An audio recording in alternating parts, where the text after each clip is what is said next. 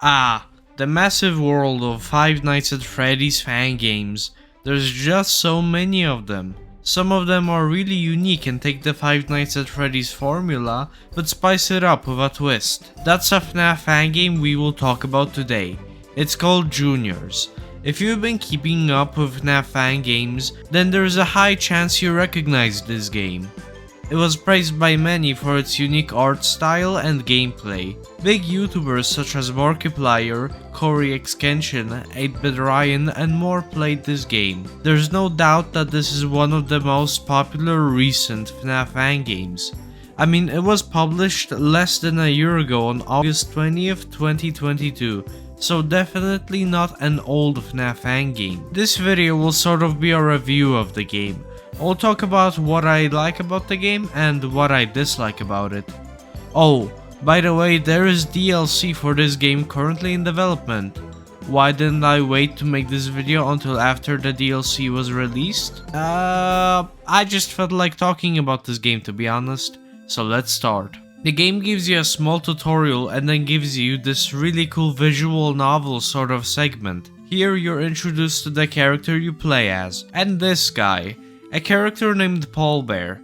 He'll be your friend supporting you through your journey. The game puts you in this weird first-person world.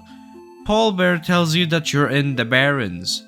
You can see a giant brain if you look up, which is really cool. This whole segment is really fun. It feels like an old PlayStation 1 game, especially with the low poly style of the models. You can walk around the Barrens, however if you go too far out the game will stop you. And this weird ghost thing will scare you. The whole atmosphere here is really creepy and I think it's much better than just putting the player in the first night of the game straight away.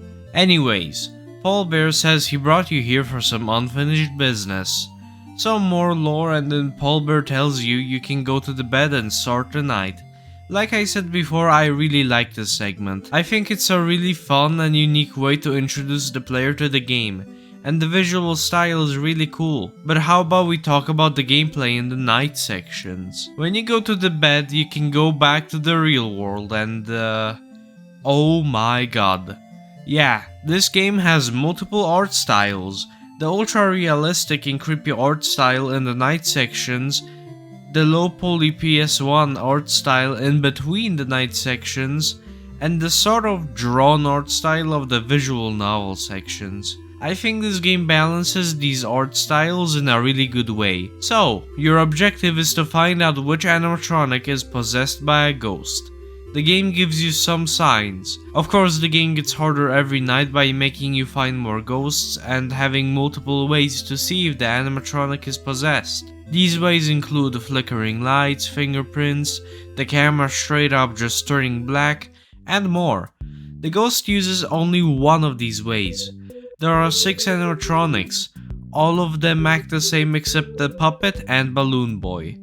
You aren't able to see the puppet in the cameras, you can only hear it. When the puppet is on the camera you're on, you'll be able to hear a music box. If you hear it, then the puppet is in that camera.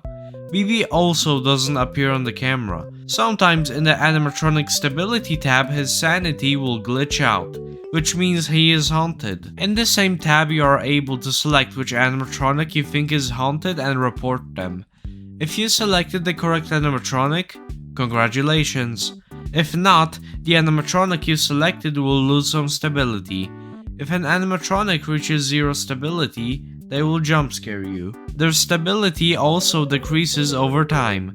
It's not like you have forever to find out which animatronic is possessed. You can also call in an animatronic. They will then be transported through the conveyor belt and you can repair them to restore their sanity. However, be careful not to call in the animatronic that is possessed, because then you'll get jump scared. So that's basically the game. It is a really unique concept for a Fnaf Fangame. I don't recall a ghost hunting Fnaf Fangame before this one. But I have a slight problem with the gameplay loop. When you find out which animatronic is possessed, you can just call in all of the other animatronics to restore their sanity, thus basically eliminating the time limit because you can do this every time you find a ghost. This is just my opinion, but I would have liked an actual time limit because the game feels a little too easy. However, that is really the only major problem I have with the game. Although I really prefer more management like Fnaf games, like the original Fnaf game for example, where you really have to manage your power. Like I said, I feel like it would be better if the game gave you more of a reason to hurry up. And maybe the game could have had something to prevent you from just calling in all of the other animatronics when you know which one has the ghost. But this is just my opinion. Some people probably really like how it is now, and I can understand that. After some of the nights, you are able to view a tape and wow, these are really good. They look like stop motion animations, and I don't know if it's actually stop motion or computer animated, but I still think it looks good. They are really cool and foreshadow the twist in night 6. More about that later. After each night you also talk to Paul Bear to give you some lore. Like that Paul Bear wants to end an evil ghost haunting juniors, and that the ghost is constructing a new body. The Paul Bear segments are a nice break from the night sections. He also helps you out during the night, which is really cool. He's honestly fun to talk to, and I look forward to going back to Paul Bear after beating each night. Before we talk about what happens further in the game, I want to tell you my opinion on if this game is scary. Well, let's first look at the character design. This game's character design is very unique. It has that really realistic look to it, but the characters look weirdly cartoony in a way, which makes them look very creepy. You can see this most on Freddy. His facial expression is really expressive, like a cartoon character, but he is made in a really realistic way, which makes the really expressive facial expression creepy. I like how the animatronics look. They're all made to look terrifying and are unique designs of some of the classic FNAF animatronics.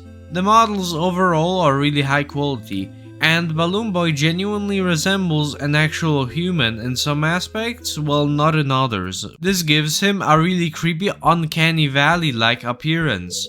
All of the other animatronics look like they could be actual animatronics in the real world, because of the hyper-realistic art style they have. And they look terrifying, like something you would find in an abandoned building. And Freddy just looks like he has human teeth. I hate this, it's so unsettling. They are all also very tall. They kind of make me want a Junior's VR game.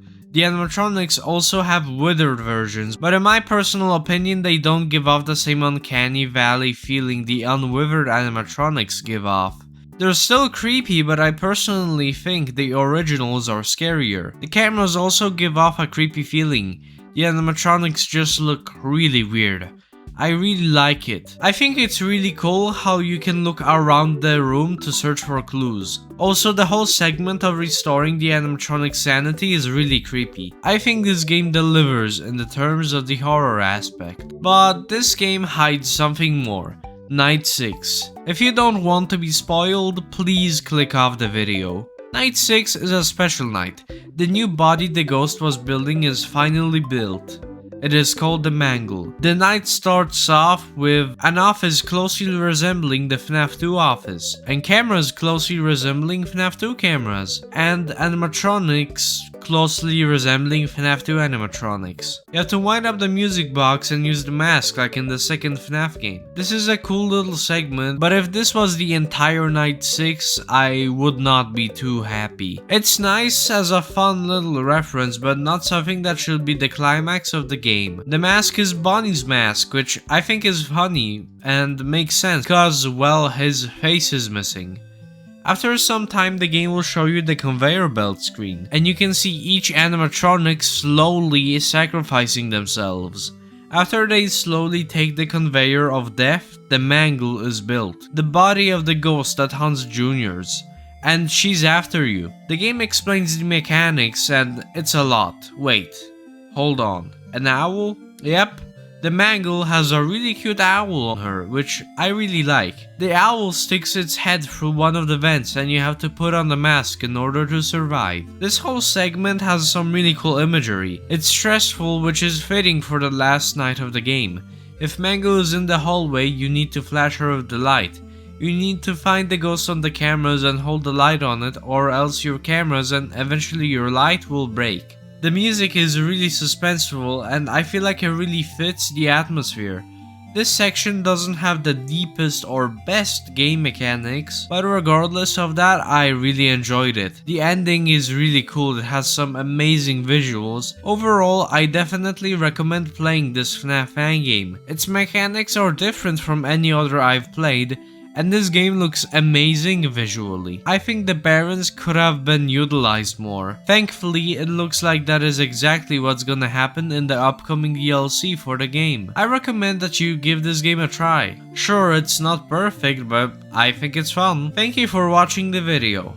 I appreciate it. I would also appreciate it if you liked and maybe even subscribed. This was GameSpeaking, and goodbye.